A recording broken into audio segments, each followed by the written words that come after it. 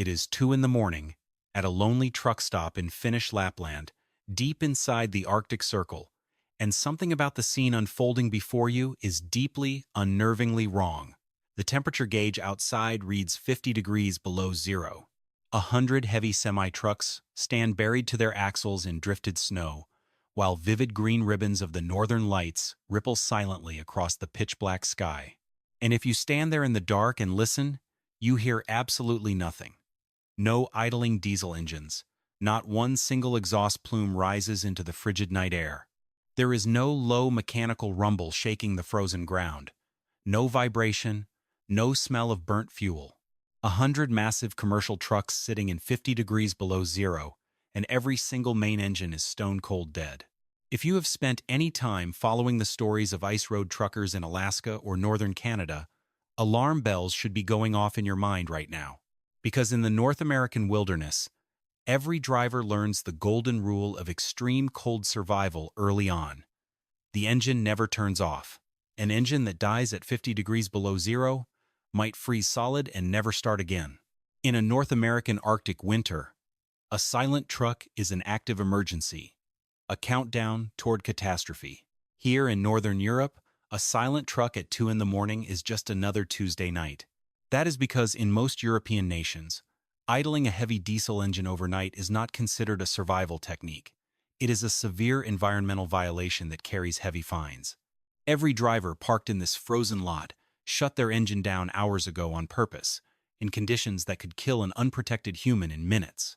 And right now, behind those dark blackout curtains, they are lying on their mattresses and t-shirts, scrolling through their smartphones, in comfortable 70-degree warmth, no main engine running, no open flames, 50 degrees below zero outside the cab, 70 degrees above zero inside. How is that even possible? That is the engineering story we are breaking down tonight. By the time we finish, you will understand why veteran European drivers do not call their sleeper cabs a bed or a bunk. They call them something far more accurate, a spaceship. Before we unlock the mechanical secrets behind this thermal miracle, take a quick moment to hit the subscribe button for our channel and drop a comment below letting us know what state or country you are watching from today. Whether you are tuning in from the freezing plains of Minnesota or the sunny hills of North Carolina, welcome to the community. To truly understand what these drivers are up against, you first have to feel what 50 degrees below zero actually does to the world around you. Most people on Earth will go their entire lives without experiencing air this cold. At 50 below zero, the atmosphere itself becomes actively hostile to human life. Take one deep breath through your mouth, and the freezing air burns down your throat like you just inhaled pulverized glass. The tiny hairs inside your nostrils freeze solid in less than 3 seconds. Blink a moment too slowly, and your eyelashes glue themselves together with frozen eye moisture. If you take a cup of boiling water and throw it high into the air, it never hits the snow. It instantly vaporizes into a dense cloud of crackling ice crystals before it reaches the ground.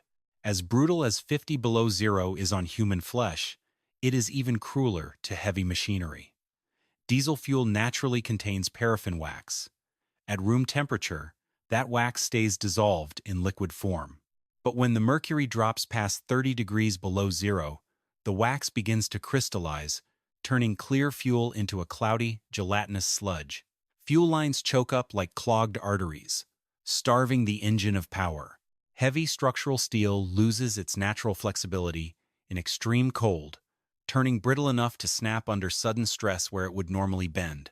Heavy rubber tires freeze flat on the bottom overnight where they touch the snow. For the first few miles of morning driving, the entire rig thumps down the highway on squared-off rubber like a grocery cart with broken wheels. Heavy-duty vehicle batteries bleed their electrical charge into the freezing air just sitting still, doing absolutely nothing. Make no mistake, this is not just cold weather. This is an environment actively attempting to dismantle the machine and freeze the human inside it. Yet the driver sleeps soundly through the night, separated from instant frostbite by only a few inches of wall. So the real question is not just how they stay comfortable. The real question is, how do you keep a bare metal box at room temperature all night long in air that destroys steel when the main engine is legally required to be shut off? Stay with me, because the answer starts with a compact piece of survival engineering that most people outside of long-haul trucking have never heard of: the auxiliary parking heater. Picture a heavy-duty metal box about the size of an ordinary shoebox, tucked discreetly under the lower mattress or mounted inside an exterior side locker. Inside that compact metal box is a complete, fully automated furnace. It draws raw diesel fuel directly from the truck's primary fuel tank, but it consumes that fuel at an astonishingly slow rate, roughly 1/2 liter of fuel per hour. It burns that tiny trickle of diesel inside its own completely sealed stainless steel combustion chamber. That combustion process is entirely isolated from the air inside the sleeper cab. Exhaust gases are vented safely outside through a small pipe beneath the frame. Meanwhile, a tiny electric fan draws fresh air from inside the cab across a high-efficiency aluminum heat exchanger. What comes blowing out of the floor vent on the other side is serious, dry heat, hot enough to thaw frozen leather work boots in less than 90 seconds. The math didn't lie. A massive 15-liter semi-truck engine idling all night long will burn through several gallons of expensive fuel every single hour, just to produce enough waste heat to keep a human warm. It causes heavy mechanical wear on internal components, clogs, diesel particulate filters, and spews carbon emissions into the night. The compact parking heater accomplishes the exact same heating result on a whisper of fuel, providing a full night of tropical warmth for less than the cost of a warm cup of coffee. That single technological breakthrough is the reason European governments were able to outlaw overnight engine idling in the first place. A far superior tool already existed. Here's the thing: every veteran driver in the Arctic Circle will tell you with a dead serious face that a device burning liquid fuel while you sleep demands absolute respect. A neglected, dirty, or damaged heating unit can leak toxic carbon monoxide gas into the very space where you sleep. Because of that hidden danger, Arctic drivers treat their auxiliary heaters with the same strict discipline a commercial pilot uses on an aircraft engine. The unit is inspected on a rigid schedule, serviced before every winter season, and governed by one non-negotiable rule: if the heater smells strange or makes an unusual sound, it gets shut down immediately. No debates. No waiting until morning. You turn it off. Even a flawless parking heater would be completely useless if all that warm air leaked straight through the walls of the cab and escaped into the Arctic night. This is where modern European long-haul trucks quietly outclass almost every standard vehicle on the highway. The walls of an Arctic-spec sleeper cab are not just sheet metal and thin plastic trim. They are built using a high-performance sandwich architecture.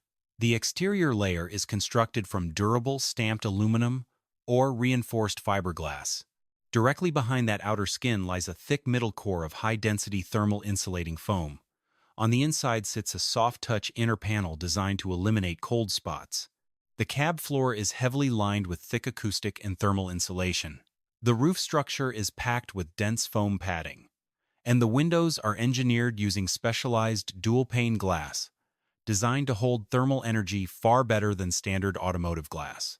The entire cab structure is built like a massive thermal thermos bottle, hard and durable on the outside, heavily insulated in the middle, and warm on the inside.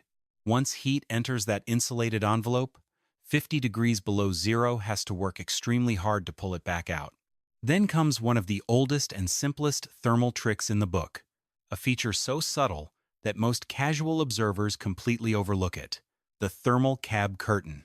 That heavy, multi-layered fabric divider, hanging behind the driver and passenger seats, is not there for decoration. When a driver pulls that curtain tight across the cab before going to sleep, they instantly cut the physical volume of air that needs to be heated nearly in half. Instead of wasting precious thermal energy trying to keep the massive windshield, steering wheel, dashboard, and cold footwells warm, the heater only has to maintain the temperature of the small sleeping compartment. Half the cubic volume means half the heating work. That single yard of heavy fabric acts like a secondary thermal barrier, locking in rock-solid temperatures until morning. Now, let's step inside one of these cabs and live through an actual Arctic night, because these drivers are not out here on a weekend camping trip. Many of them are on the road for 3 weeks at a time, moving critical freight from frozen ports in Finland down to Poland, or hauling specialized equipment from northern Sweden all the way to southern Spain. The sleeper cab is their living room, kitchen, office, and bedroom, all packed into a space no larger than a walk-in closet. The evening routine up here is strict, and it runs with military precision every single night.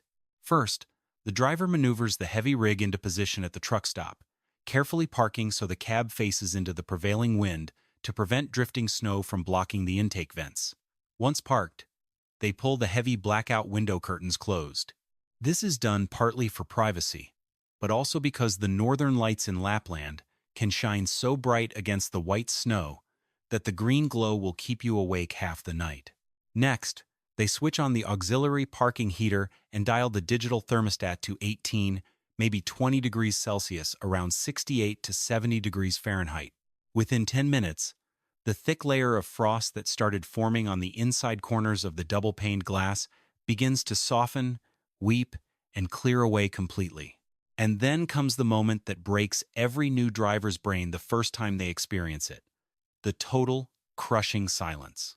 When that massive main diesel engine clicks off out here in the deep wilderness, the quiet that fills the cab is absolute.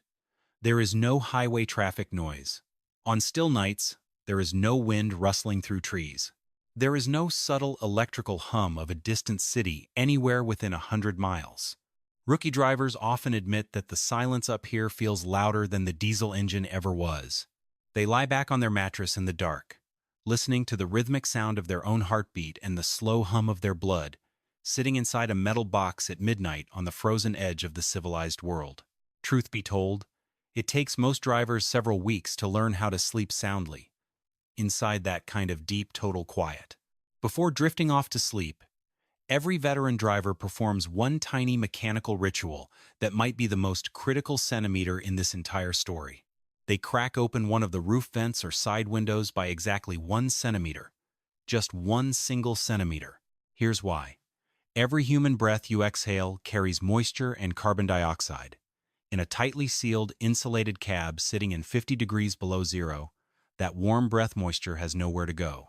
If the cab is completely sealed, that moisture immediately freezes the instant it touches any surface near the exterior wall. If a driver forgets to crack that vent, they will wake up inside what Arctic truckers call an ice cave. A thick, furry white layer of their own frozen breath will coat every window, latch, and exposed bolt from the inside out. And the problem is far worse than just dealing with scraped frost in the morning. Inside a sealed metal box, the carbon dioxide exhaled by a sleeping human slowly builds up hour after hour. Without fresh air exchange, the driver will wake up at 3 in the morning with a throbbing headache, feeling disoriented, nauseous, and foggy-brained, slowly suffocating on their own exhaled air. That 1 small centimeter of open vent completely solves both problems. It creates a gentle, continuous air pressure exchange, allowing moist air and carbon dioxide to escape while pulling in a controlled trickle of dry Arctic air.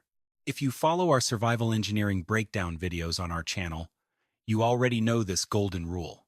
Whether humans are sleeping inside an insulated truck cab in Lapland, a timber cabin in Alaska, or a pressurized capsule in space, the rule of physics remains identical. Fresh air circulation is never optional. That tiny crack in the window frame is the most disciplined centimeter in the world.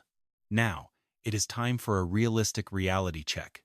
Because everything we have broken down so far relies on a continuous chain of mechanical systems, and every mechanical chain has weak links.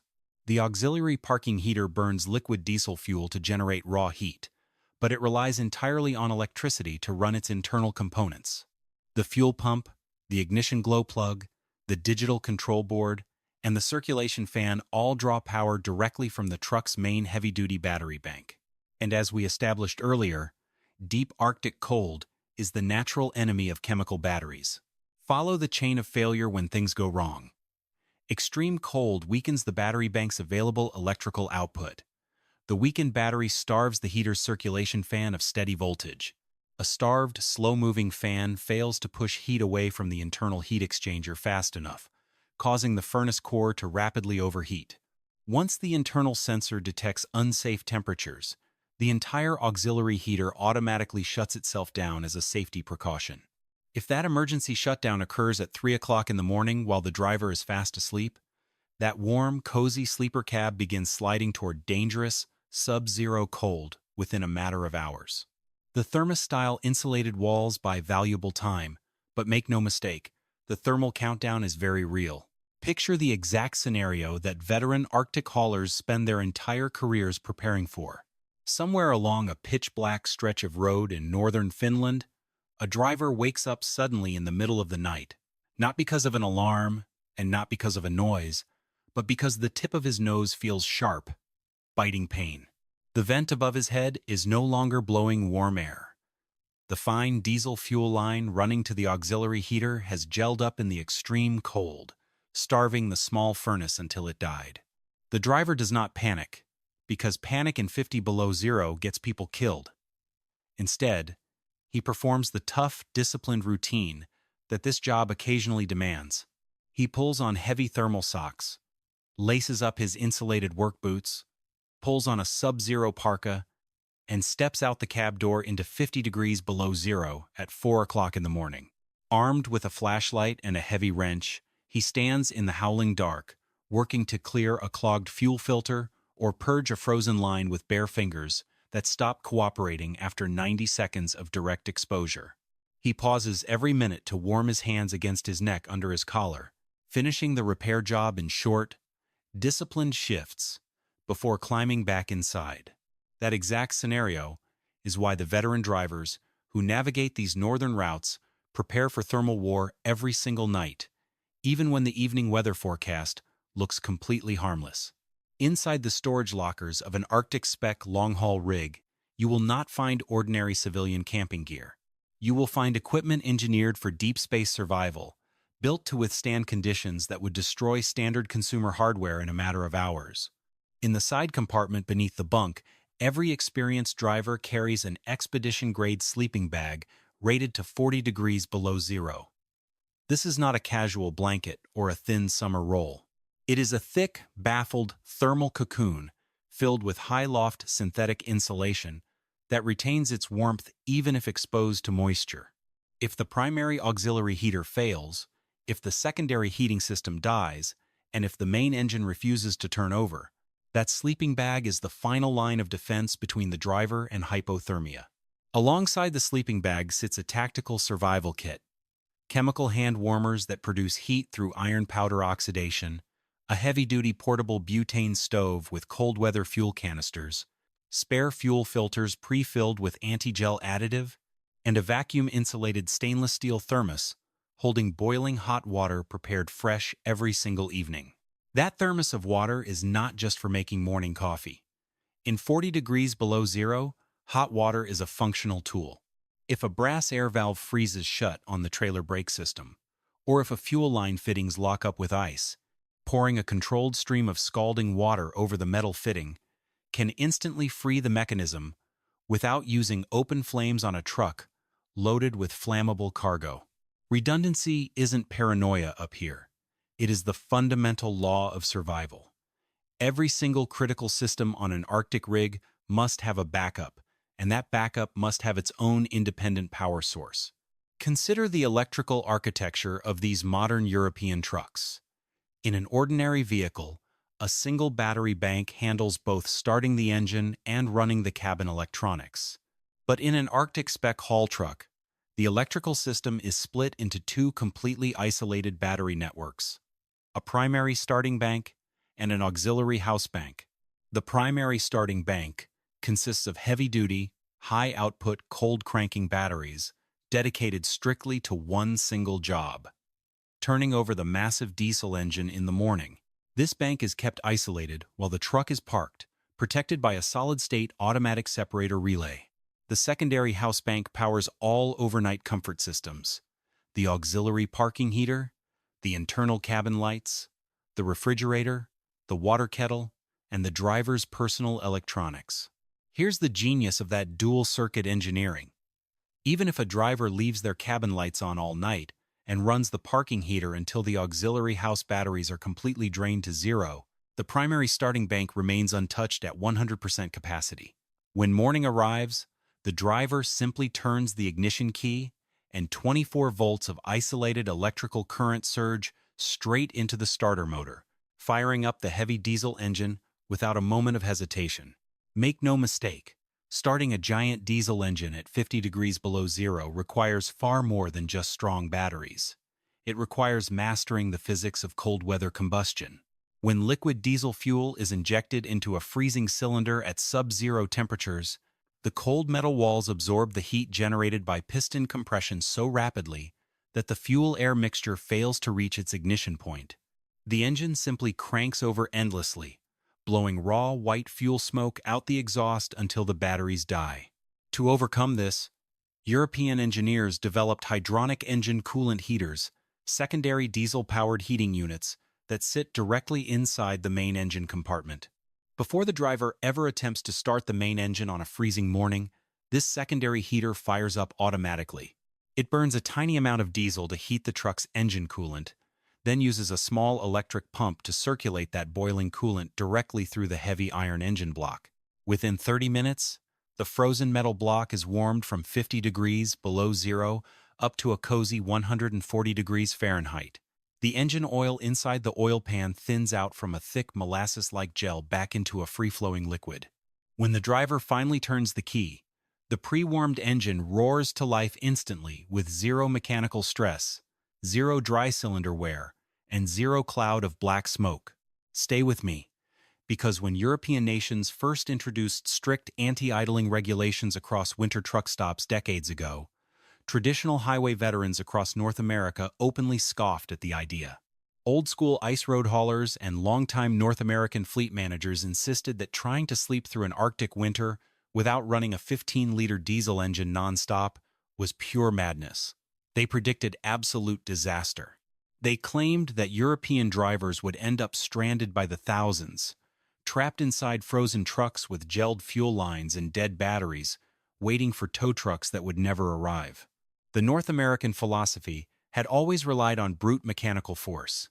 Leave the massive diesel engine roaring at 1,200 revolutions per minute all night long. Let it burn 10 to 15 gallons of diesel overnight. Let the loud mechanical vibration shake the cab, as long as the engine fan keeps blasting hot air through the front dashboard vents. To traditionalists, relying on a small shoebox-sized furnace and a couple of foam-insulated wall panels seemed like bringing a pocket knife to a gunfight. They assumed that a metal truck cab without a roaring engine beneath it would transform into a solid block of ice within 2 hours. They were dead wrong. As it turned out, the skeptics were looking at the problem through the wrong lens.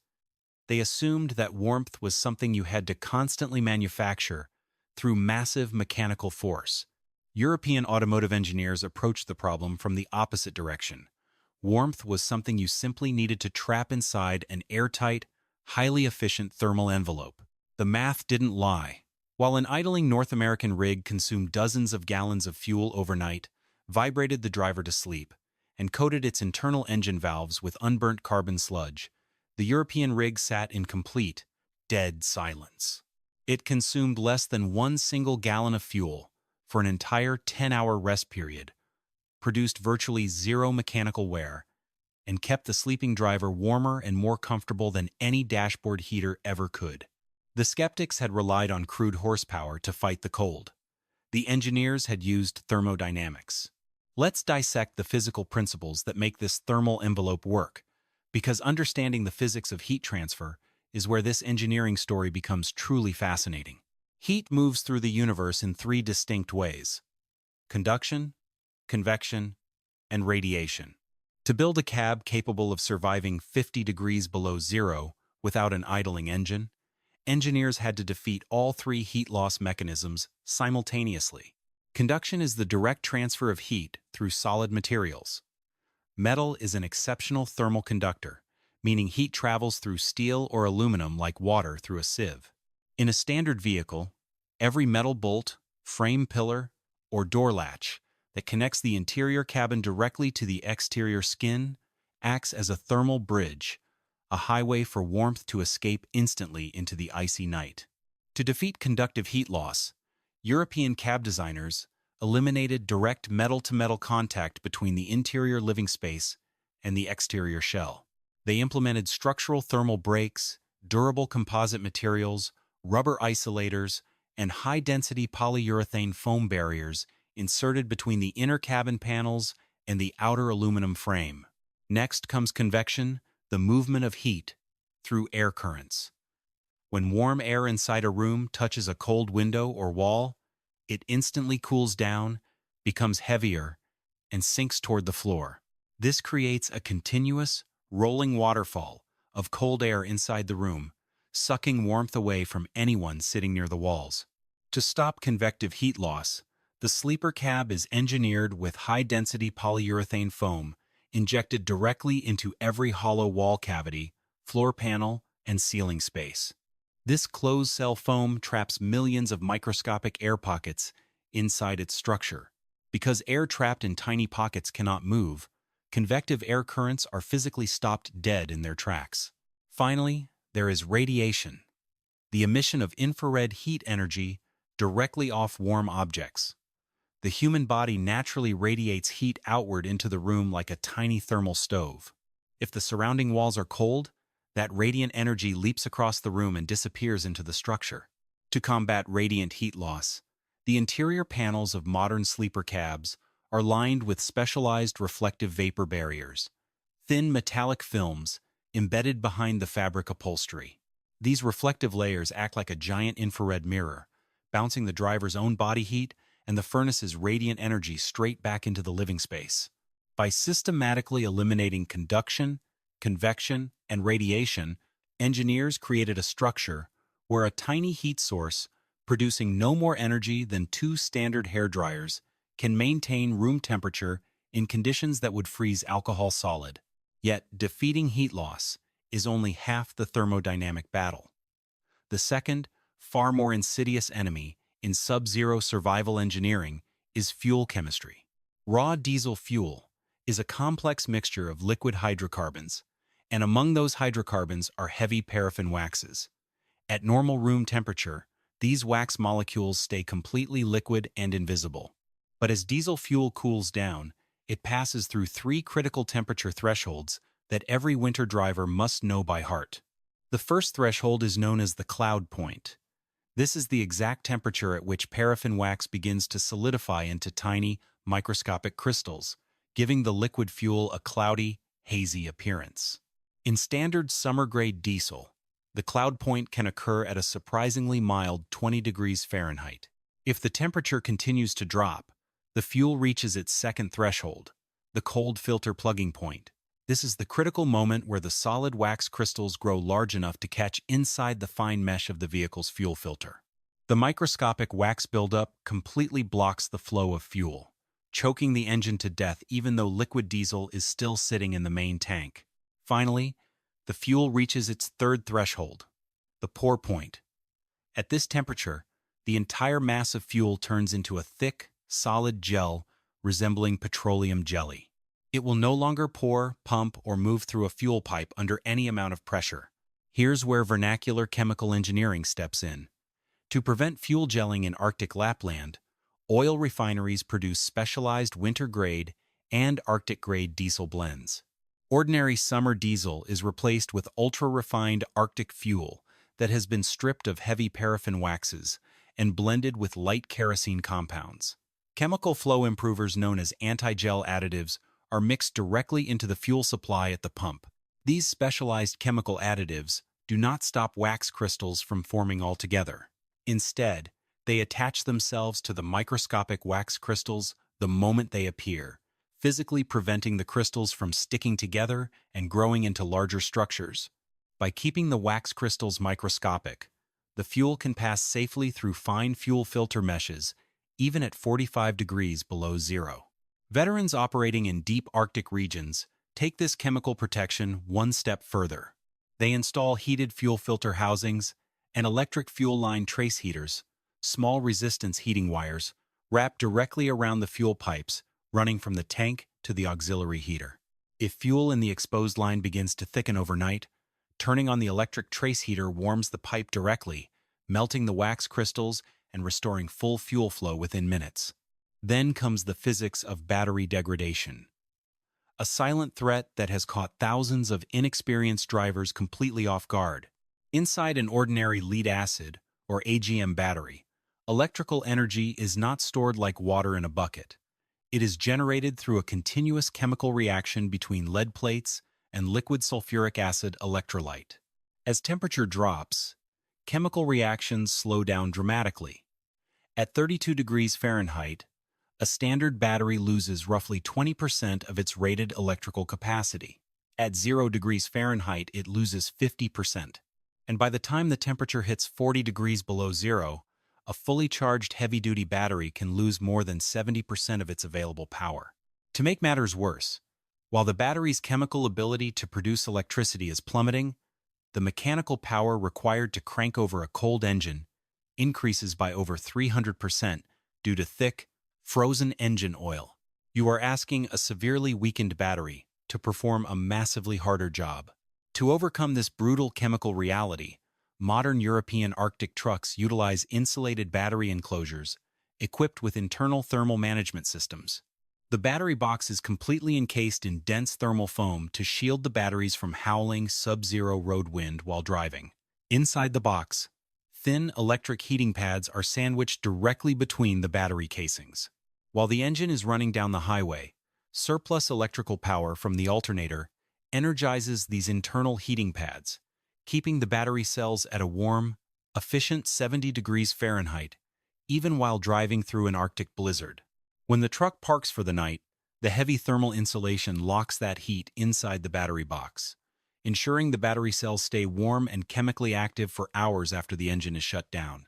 Finally, we must address the delicate thermodynamic balance of moisture management inside the cab structure, a concept known in building science as dew point control.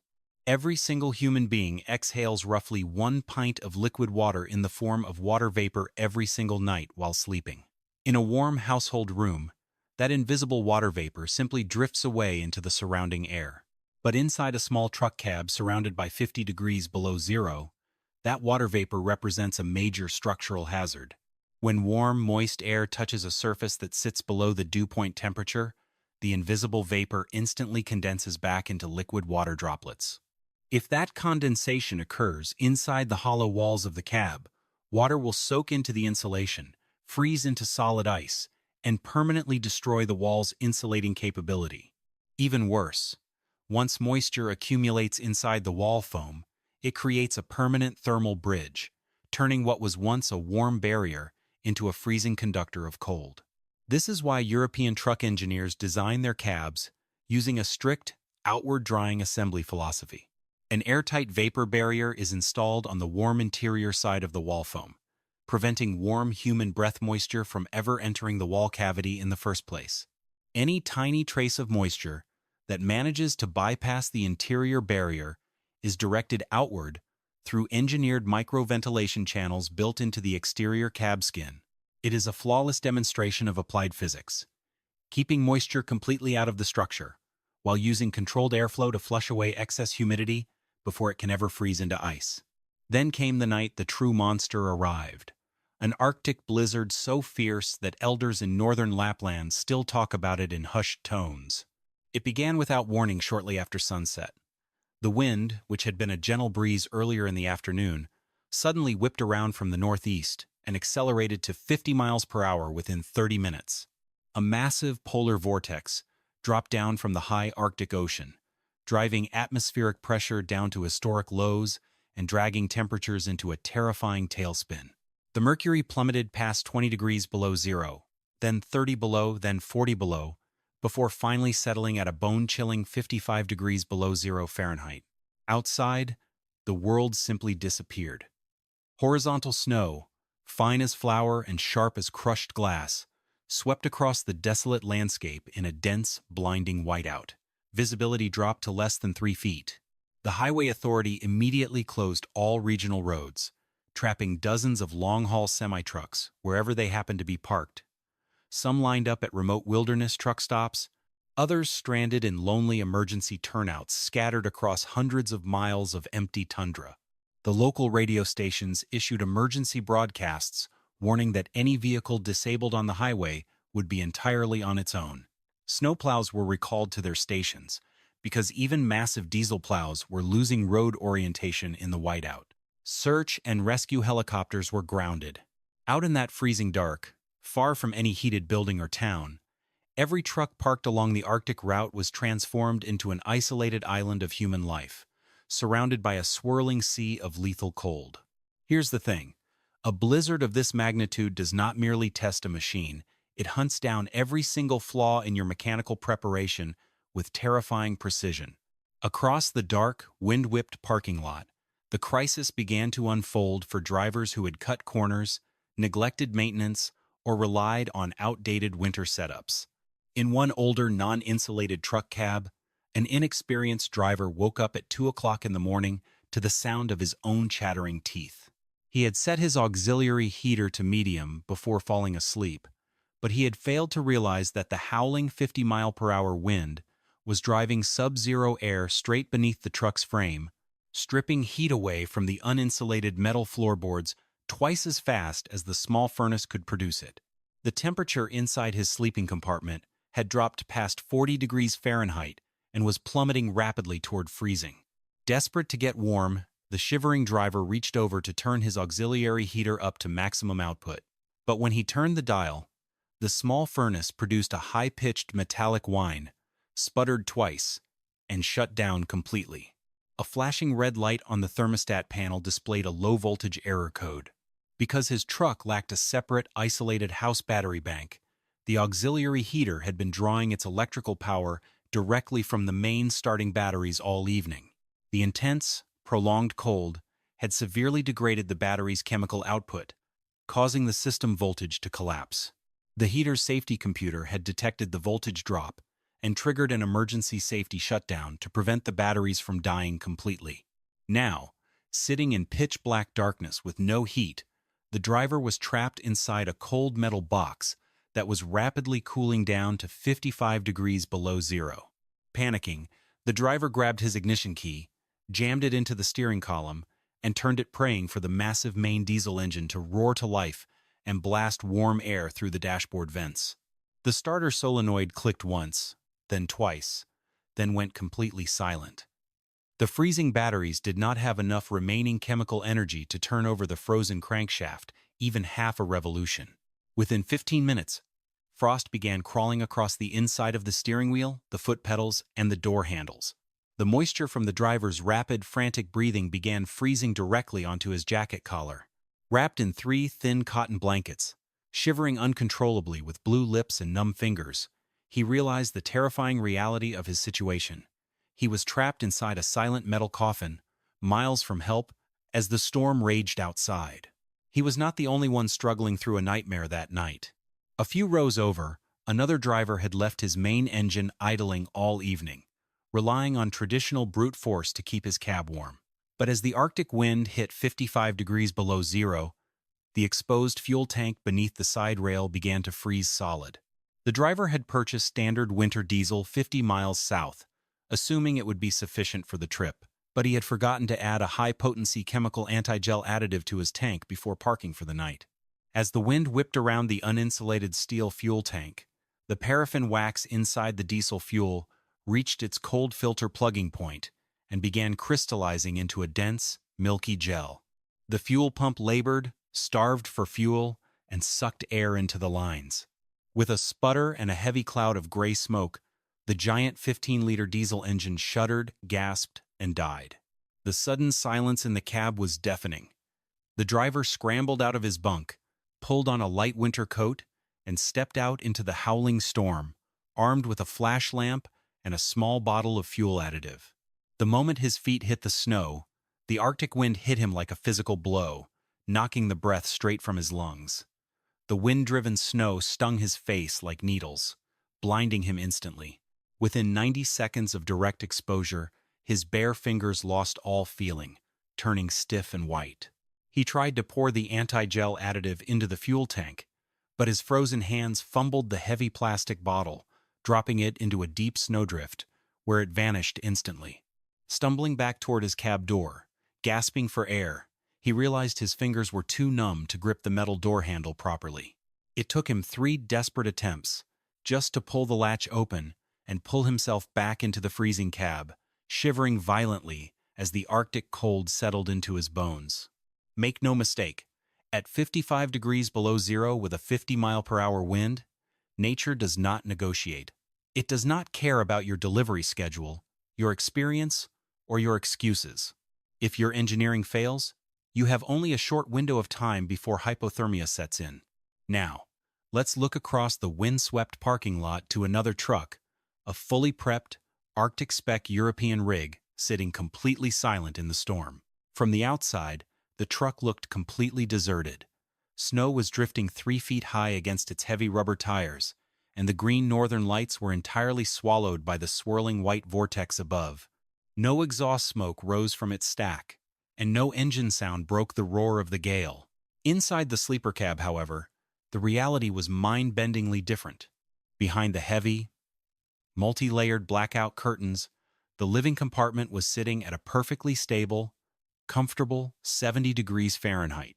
The truck's compact auxiliary parking heater was working quietly under the bunk, sipping less than half a liter of Arctic Blend diesel per hour from a heated, insulated fuel line. Its internal fan hummed at a low, soothing frequency, pushing a steady stream of dry, warm air through the floor vents. The thick, foam-core thermos walls and dual-paned insulated windows held that thermal energy inside the cab with incredible efficiency. Even as 55 degrees below zero howled against the exterior aluminum skin just inches away, the interior composite wall panels felt completely warm to the touch. The driver of this rig was not shivering under heavy blankets. He was sitting on the edge of his mattress wearing a short-sleeved cotton t-shirt and comfortable sweatpants. He had a small, low-wattage electric induction cooker running off his isolated auxiliary house battery bank, simmering a pot of hot vegetable soup that filled the small space with the rich aroma of cooked food.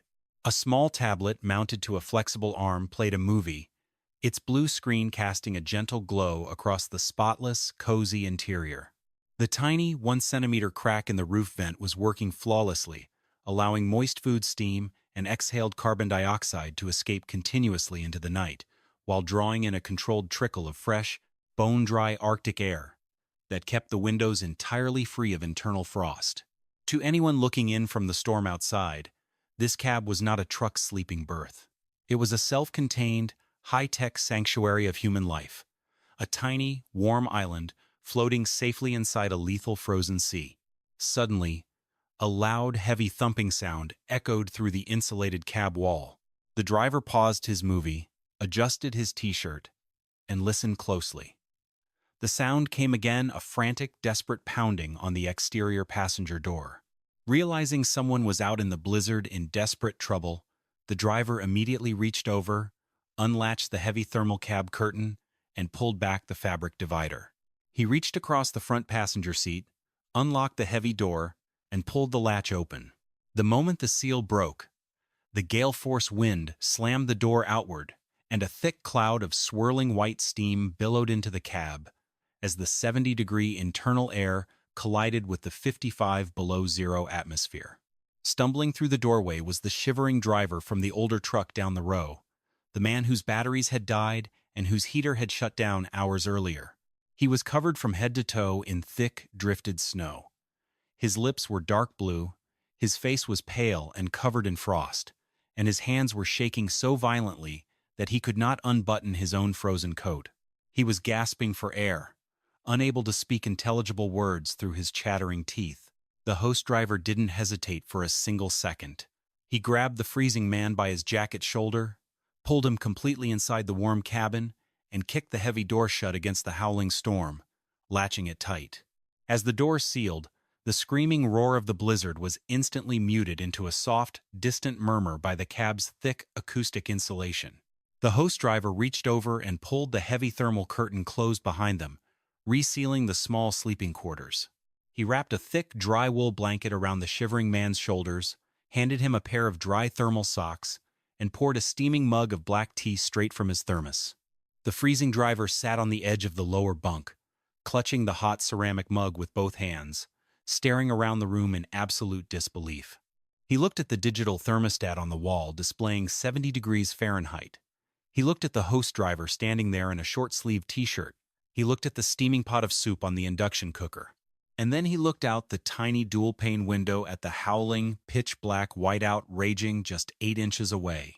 Truth be told, the rescue driver later admitted that stepping inside that cab felt like walking through a portal into another world. He had expected to find a man shivering in a sleeping bag, struggling to stay alive until morning. Instead, he had walked into a Mediterranean apartment parked in the middle of an Arctic hellscape. For the next 6 hours, as the record-breaking blizzard raged across Lapland, overturning light trailers and burying highway signs in white drifts, the two men sat safely inside that insulated sanctuary. They shared hot soup, drank warm tea, and talked quietly about the road ahead, completely untouched by the lethal environment outside their door.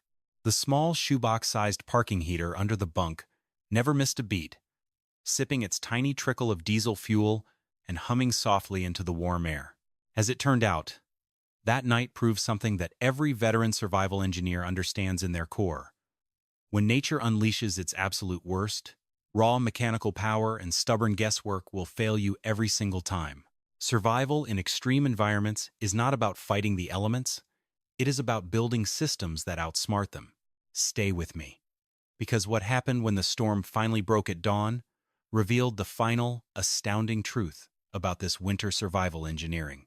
At 7 o'clock in the morning, the record-breaking monster blizzard finally began to break. The roaring, howling wind died down to a gentle whisper, and the swirling whiteout cleared, revealing a pale, crisp Arctic sun rising over the distant horizon of Finnish Lapland. At 55 degrees below 0 Fahrenheit, the sky above was a deep, crystal-clear blue. Because the intense cold had frozen every trace of moisture and dust out of the atmosphere, there was nothing left in the air to scatter light. The universe above looked perfectly pure, like dark blue glass stretched across the frozen tundra. As the morning light washed over the snowbound truck stop, driver after driver began opening their cab doors to survey the aftermath of the storm. The scene across the parking lot was a striking testament to the brutal power of Arctic weather. Dozens of standard commercial trucks sat motionless under heavy snowdrifts, frozen solid like massive steel monuments. Drivers who had relied on continuous engine idling were standing outside in heavy parkas, staring in dismay at gelled fuel tanks, clogged filters, and dead exhaust pipes. Their main engines were stone cold, their batteries were completely drained, and their air brake lines were locked tight with solid ice. Fleet service trucks, equipped with industrial steam heaters and high-output generator jump starters, were being summoned from 50 miles away, charging thousands of dollars just to thaw out a single frozen rig. Meanwhile, near the edge of the lot, our driver prepared his Arctic spec European rig for departure. He flipped a switch on the dashboard, activating the secondary hydronic coolant heater. For 20 minutes, the small diesel unit circulated hot coolant through the iron engine block, warming the cylinder walls and thinning the engine oil. When the driver turned the ignition key, 24 volts of clean, isolated electricity from the pristine starting battery bank surged into the starter motor. The massive diesel engine turned over effortlessly and fired up on the very first revolution, purring softly without a single drop of hesitation or a cloud of black smoke. The rescued driver, who was standing nearby drinking his second cup of hot coffee, watched in absolute awe as the silent, insulated truck effortlessly came to life in 55 degrees below 0 weather. He realized in that moment that what he had witnessed overnight was not a matter of luck, chance, or magic. It was the absolute triumph of superior thermodynamic engineering and disciplined physical preparation over crude brute force. Let's run the exact physical math and real-world data that prove the skeptics wrong forever, because the numbers behind this thermal system are nothing short of astounding. First, consider the thermal gradient. Outside the cab, the ambient atmospheric temperature was 55 degrees below 0 Fahrenheit. Inside the sleeper compartment, the internal air temperature sat at a steady 70 degrees above 0 Fahrenheit. Let that sink in for a moment. That represents an unbelievable temperature differential of 125 degrees Fahrenheit, maintained continuously across a wall structure that is less than 3 inches thick. Now, look at the fuel efficiency math that transformed the entire long-haul freight industry. A standard 15-liter heavy diesel engine idling overnight to provide heat burns between 1 gallon and 1.5 gallons of diesel fuel every single hour. Over a mandatory 10-hour driver rest period, an idling engine consumes 10 to 15 gallons of expensive fuel, roughly 38 to 57 liters of diesel, just to produce waste heat for a sleeping human. In stark contrast, a modern European auxiliary parking heater consumes roughly 1/2 liter, about 1/8 of a gallon of diesel per hour. Over that exact same 10-hour rest period, the auxiliary heater consumes a grand total of only 5 liters, just 1.25 gallons of fuel. The math didn't lie. Utilizing an auxiliary parking heater instead of idling the main engine results in a staggering fuel savings of more than 85% every single night. Next, examine the long-term mechanical wear data. Engineers have established that letting a heavy diesel engine idle for 10 hours causes mechanical cylinder wear equivalent to driving 250 miles down the highway at high speed.